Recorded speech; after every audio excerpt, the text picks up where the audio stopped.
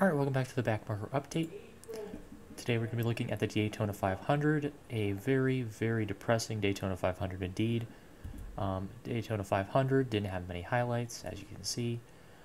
Really only have 3 highlights here because there's only 2 wrecks, and there was 1 wreck at the finish, which ended up finishing the race under caution, as become a Daytona tradition.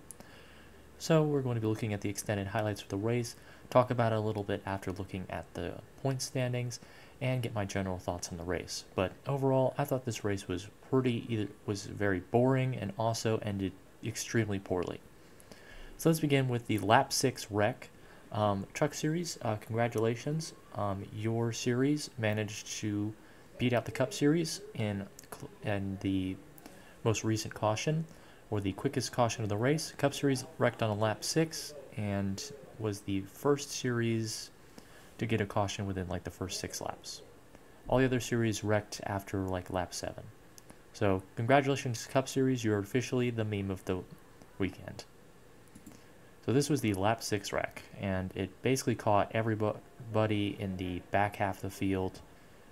Only collected about 4 cars that were back there, but still a meme that they wrecked on lap 6. And then the race basically went caution-free except for the stage breaks until the final 20 or so laps, when we got the field getting wiped out. Literally everyone, there was 18 cars involved.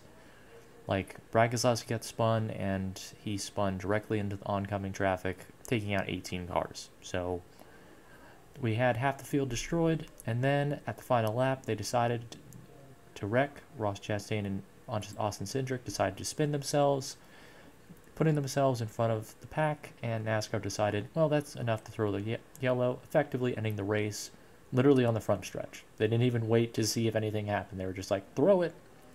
And yeah, that ended the race. So you can already tell what my thoughts are going to be on this, but let's just look at our race overview, get the backmarker update out of the way. We'll look at points, and then I'll talk about how much of a meme and how much garbage this race was. So the winner's William Byron. He passed tech inspection. There's actually some talk during the Xfinity series that his car was being checked out by NASCAR. Maybe people thought he was going to fail, but no, he got away with it. Looking at our backmarker cars, we got 5th, 7th, 8th, 9th, 10th. We got 5 backmarkers in the top 10, so that's pretty good. And we really only had, I think we only had 3 backmarkers crash out, which is pretty good. Gralla, Harrison Burton, and Hocevar all crashed out. They were in that lap 6 wreck, as you can see. Cautions, we only had 5. Lap 6 took out 7 cars, and 2 of them were able to continue, the 41 and 84. Then we had our 2 stage cautions. Then lap 192, 18 cars involved, basically wrecked half the field. And then lap 200, last leg wreck, only involved 3 cars. 3 cars spun out. And as far as I can tell, all they did was spun out. They didn't actually collect anybody else. None of the people who were involved in this crash actually hit anybody else. They just all got spun out. David Reagan got turned. I couldn't see who was by. 1 and 2 wrecked each other. But yeah, 3 people spun out, and NASCAR was like, all right, let's just throw the caution. We just want to go home.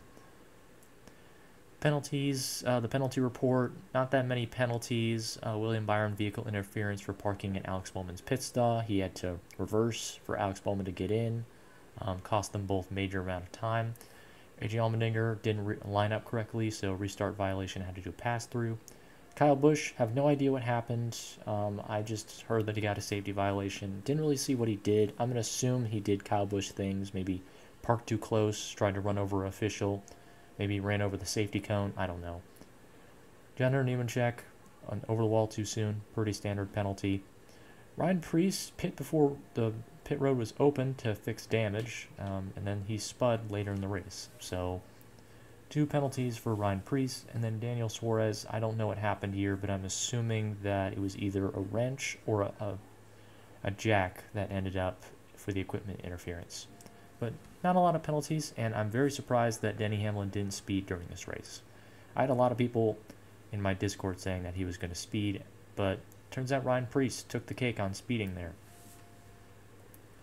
Alright, and looking at our back markers, we can see that For the most part, we really didn't have that many negatives here. Noah Gragson, plus 28, best of the race.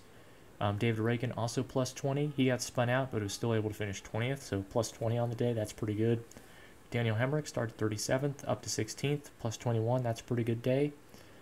A.J. Allmendinger started 28th, finished in the top 5, plus 23. That's pretty good. Chase Briscoe and Anthony Alfredo, both plus 12s. Riley Herbst as well got a plus 12. And then we just have Eric Jones a plus 2 and Zane Smith a plus 1. And then everyone else is just a negative. Harrison Burton, negative 27. Carson Hocevar, negative 31. It's pretty bad, not going to lie. But Kaz Grala starting 26, negative 12 is not terrible. Justin Haley, negative 4. He had a pit road issue he had to go take care of. And then Jimmy Johnson got caught up in lap 6 wreck and never recovered, negative 5. And of course, J.J. Yaley and B.J. McLeod did not qualify. So looking at our points, William Byron's got a win. Alex Mullins got plus 20. Really nothing to look at for these points. They're literally just like the finishing order for the Daytona race. So not really much to talk about. I mean, I can say that there's some back markers in the playoffs, but they're going to filter out the playoffs really quickly. 42, 43, 10, 14, 71. All 5 of those guys running from 9th to 13th, they're going to drop out real quick.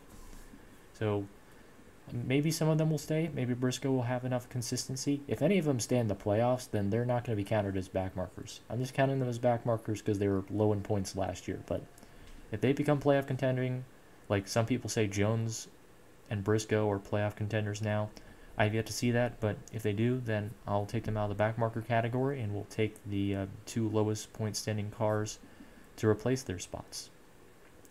Anyway, that's my take on, we got the points, we got Daytona review, highlights. Now my general thoughts. This race was trash. Single file racing, double file racing, there was very little triple file racing. Honestly, the Xfinity race was the most exciting race to watch. Truck Series was also pretty exciting to watch too, but this race had less side-by-side action than the ARCA race. That's how boring this race was. This race was basically a meme from the start, from the lap 6 wreck. They wrecked before any other series. Even the Truck Series lasted until lap 7 before having their first caution. So, Daytona 500, pretty much a meme show, and then it ended in the most depressing way possible.